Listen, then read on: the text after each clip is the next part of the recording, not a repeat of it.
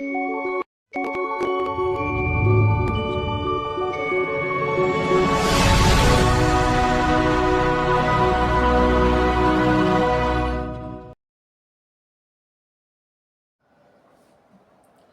विद्यार्थी मित्रांनो, the mind master टीच ह्या आपल्या शैक्षणिक चॅनलमध्ये आपले सहर्ष स्वागत आहे. जीवन करेल रक्षण ते म्हणजे आपले शिक्षण. मित्रांनो बघा, समजा एखादं अक्षर असतील, जसं आहे समजा ब हे अक्षर आहे, द आहे, क आहे.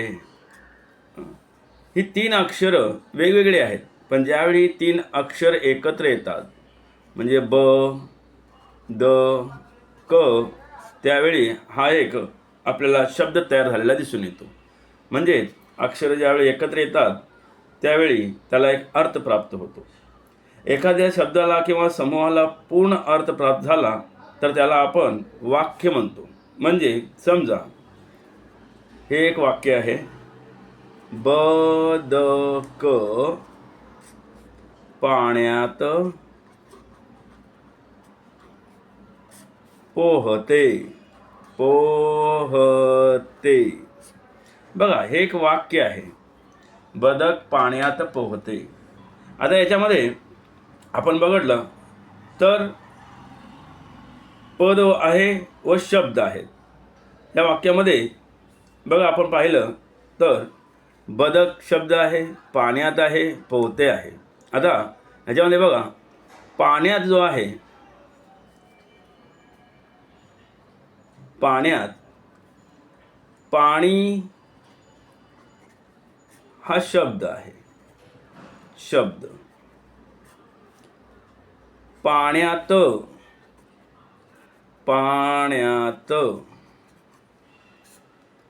हा काय होतो? हे पद होतं तयार. हे पद आहे. पाणी हे शब्द आहे, पण पाण्यात हे पद आहे. त्यातला फरक तुम्हाला कळाला असेलच. पुढे बघा, दुसरा एक शब्द बघू, स्वाती. बरोबर, स्वाती हे काय आहे? हा एक शब्द आहे. हा शब्द, पण ह्या शब्दाचा स्वातीने हे काय तयार झालं? पद. हे काय झालं? पद. ह्या दोन उदाहरणावरून तुम्हाला नक्कीच शब्द आणि पद यातील अंतर काय असतं किंवा ते समजून घ्यायला किती सोपं आहे हे तुम्हाला कळाले असेलच. आता शब्दाच्या जाती म्हणजे त्यांचे प्रकार आपण पाहिलेत. आता बघा, शब्दाचे जे आता आपण जो बघणार आहोत भाग, तो म्हणजे शब्दाच्या जाती म्हणजे शब्दाचे प्रकार कोणते आहेत. वाक्यात उल्लेख केल्याप्रमाणे जसे हे शब्द आहेत, त्या शब्द येतात, त्यांची कार्य विविध प्रकारची असतात. त्या शब्दांच्या वाक्यातील कार्यावरून त्यांना वेगवेगळी नावे देण्यात आलेली आहेत आणि त्यात ह्या शब्दांचे जाती किंवा प्रकार आहेत. तर आपण बघणार आहोत शब्दांच्या जाती. शब्दांच्या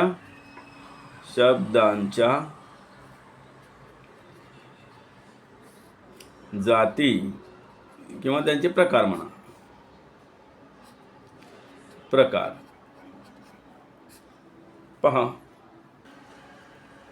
वाक्यात येणाऱ्या शब्दापैकी जे शब्द प्रत्यक्षात असलेल्या किंवा काल्पनिक असलेल्या वस्तू किंवा त्यांची नावे, त्यांच्या गुणांची नावे, त्यांना आपण नाम असं म्हणतो. म्हणजे त्यालाच आपण नामे किंवा नाम असं म्हटलं जातं. बघा, नाम केव्हा होतं? ज्यावेळी एखाद्या शब्दाचा प्रत्यक्षात असलेला काल्पनिक वस्तूंची किंवा त्या गुणांची नावे, साधारण आपण लक्षात ठेवू की नावे, नाम म्हणजे नावे. जसं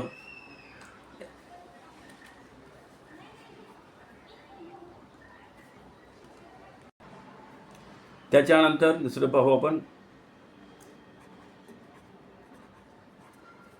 सर्वनामे. सर्वनामे म्हणजे काय? बघा,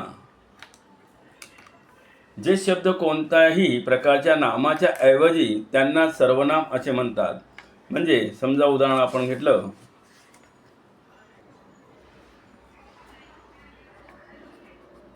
गंगा ही नदी आहे,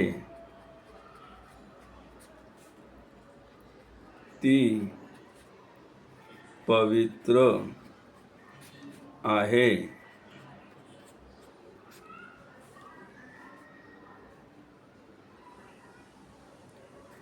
तसेच ती निर्मळ आहे. बघा विद्यार्थी मित्रांनो, इथे गंगा हे नाम आल्यानंतर ह्या गंगाच्या ऐवजी आपण इथे ती वापरलं. गंगा ही नदी आहे, गंगा ही पवित्र आहे, तसेच गंगा ही निर्मळ आहे असं न म्हणता त्या गंगाच्या ऐवजी आपण इथे ती वापरलं. पुन्हा इथेही गंगाच्या ऐवजी आपण ती वापरलं. यालाच आपण सर्वनामे असे म्हणतो. म्हणजेच उदाहरणार्थ त्या गंगाच्या ऐवजी म्हणजे नामाच्या ऐवजी येणारे शब्द त्यांनाच आपण इथे सर्वनाम असे म्हणतो. जसं समजा मी, तू, ते, ती, बरेचसे असे जे नामाच्या ऐवजी येतात ते अक्षर किंवा ते शब्द म्हणजे सर्वनामे. आता पुढचा बघूया विशेषण.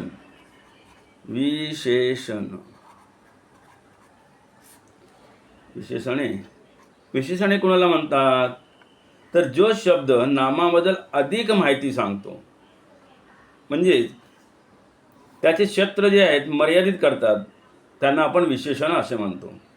म्हणजे नाम कसे आहे, तर समजा एखादं समजा कारले कसे आहे, कडू आहे ना. म्हणजे त्याला उदाहरण आपण दिलं, उदाहरणार्थ कडू.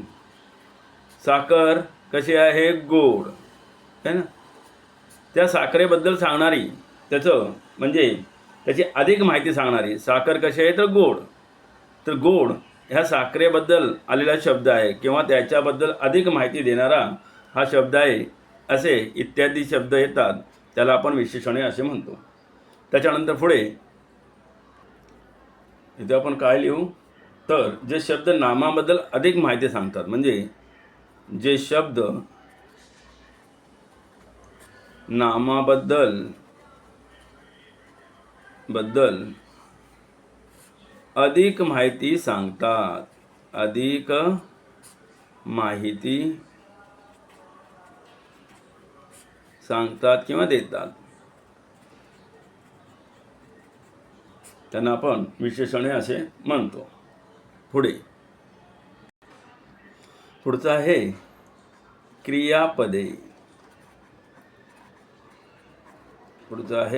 क्रियापदे. म्हणजे जे शब्द क्रिया दाखवून त्या वाक्याचा अर्थ पूर्ण करतात त्यांना क्रियापदे असं म्हणतात. म्हणजे उदाहरणार्थ जातो, खातो, खाते, खाती, बसतो, बसते, बसते, बसते, बसती, बसते, बसतात. ह्या क्रिया आहेत. या क्रिया ज्या दर्शवतात त्यांना आपण क्रियापद असे म्हणतो. म्हणजे जे शब्द क्रिया दाखवतात, जे शब्द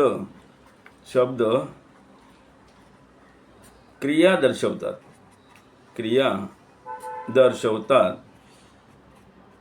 दर्शवितात, त्यांना आपण काय म्हणतो, क्रियापद असे म्हणतो. हे मात्र आपल्याला कळालं. पुढे बघा, पुढचं आहे क्रियाविशेषण.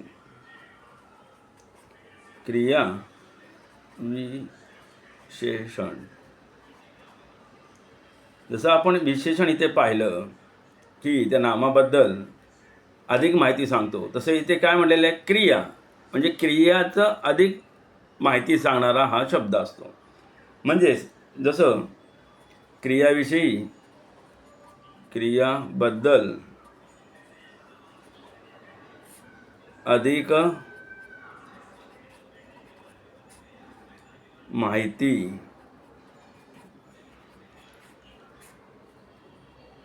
सांगतात किंवा दर्शवितात. उदाहरण बघा.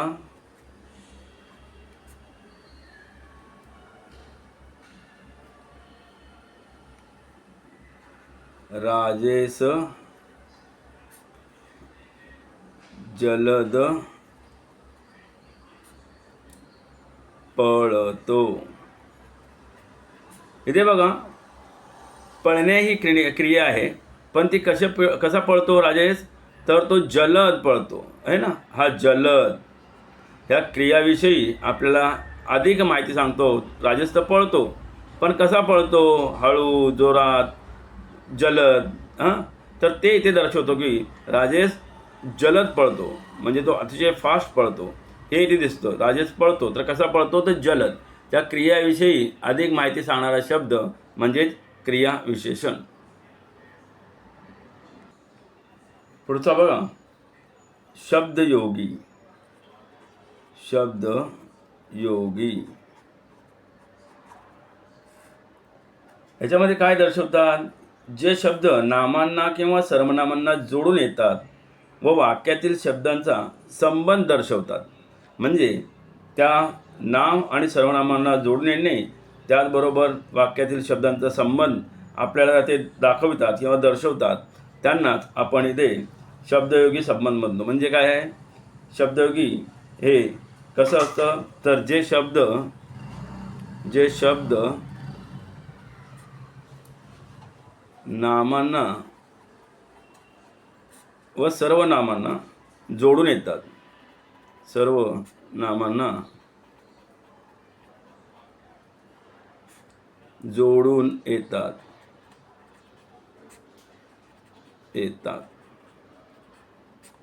त्यांना आपण शब्दयोगी शब्द असे म्हणतो. जसं उदाहरण समजा आपण पाहिलं यांचं, बघूया. झाडाखाली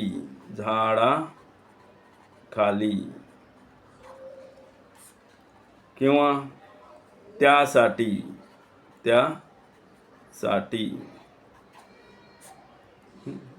तिच्याकरता. बरोबर. इथे बघा, नाम आहे झाड, त्याच्या खाली म्हणजे त्याला जोडून आलेलं आहे. त्या आहे, इथे सर्वनाम आहे, त्या सर्वनामाला जोडून साठी आलेलं आहे. तिच्या म्हणजे सर्वनाम आलेलं आहे. तिच्याकरिता इथे शब्दयोगी शब्दयोगी शब्द असे आपण यांना म्हणतो. पुढे पहा,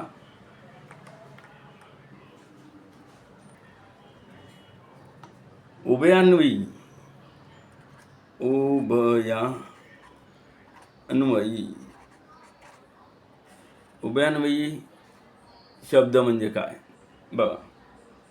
जे शब्द दोन वाक्य किंवा दोन शब्दांना जोडतात. जे शब्द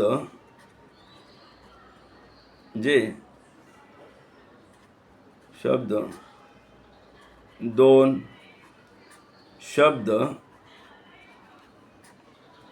किंवा वाक्यांना जोडतात.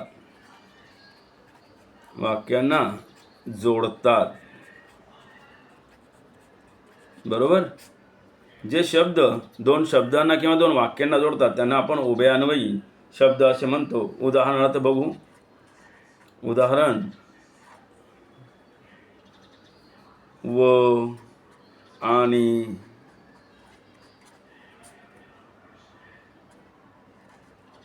परंतु असे बरेचसे शब्द इत्यादी आपण म्हणू येते.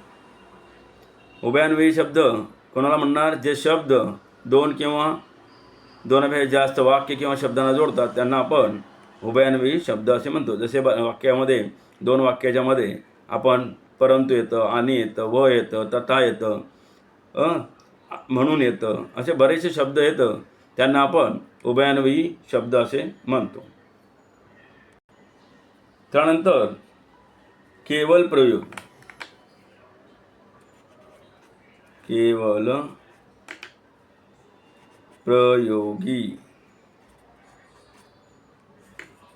केवळ प्रयोगी शब्द कोणाला म्हणतात? तर जे शब्द आपल्या मनातील वृत्ती किंवा भावना व्यक्त करतात. वृत्ती किंवा मनातील वृत्ती किंवा भावना व्यक्त करतात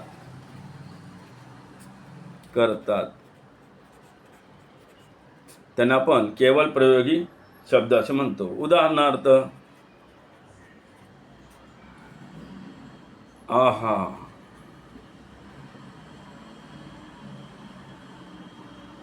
आहा, शाबास,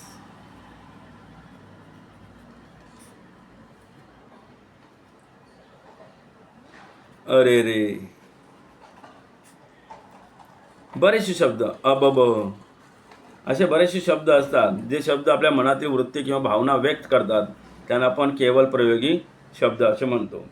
इथे आपण पाहिलं विद्यार्थी मित्रांनो की शब्द व शब्दांच्या जाती म्हणजे शब्द व पद. शब्द म्हणजे काय पाहिला, शब्दाचा पद कशाला म्हणतात ते आपण पाहिलं, शब्दांच्या जाती कोणत्या आहेत ते पाहिलं, शब्दांच्या जाती, त्यांचे प्रकार, नाम, सर्वनाम, विशेषणे, क्रियापदे, क्रियाविशेषण, शब्दयोगी, उभयान्वी व केवळ प्रयोगी. म्हणजेच आपण इथे पाहिले की शब्दाच्या जाती या 8 इथे आपल्याला दिसून आलेल्या आहेत. त्यांची आपण उदाहरणे पाहिली, त्यांचं ट्रिक्स पाहिली की ते केव्हा होतात किंवा ते कसे ओळखायचे हे आपण पाहिलेले आहात. विद्यार्थी मित्रांनो, हा व्हिडिओ तुम्हाला नक्कीच आवडला असेल. व्हिडिओ आवडला असेल तर विद्यार्थी मित्रांनो शेअर करा, सबस्क्राईब करा व चॅनलला लाईक करा. नमस्कार.